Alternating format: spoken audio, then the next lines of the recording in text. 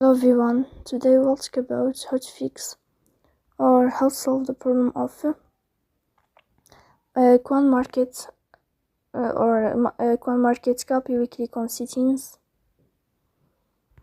Here in this page you can go to apps, default apps, app settings.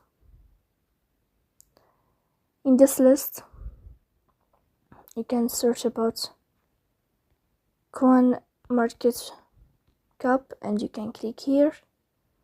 Then you can go to first stop and you can click OK. Then you will enter to the window of storage.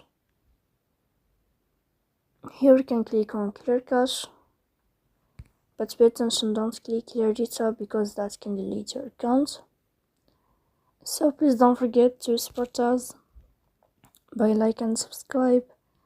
See you next time in another video, and thank you for your attention and your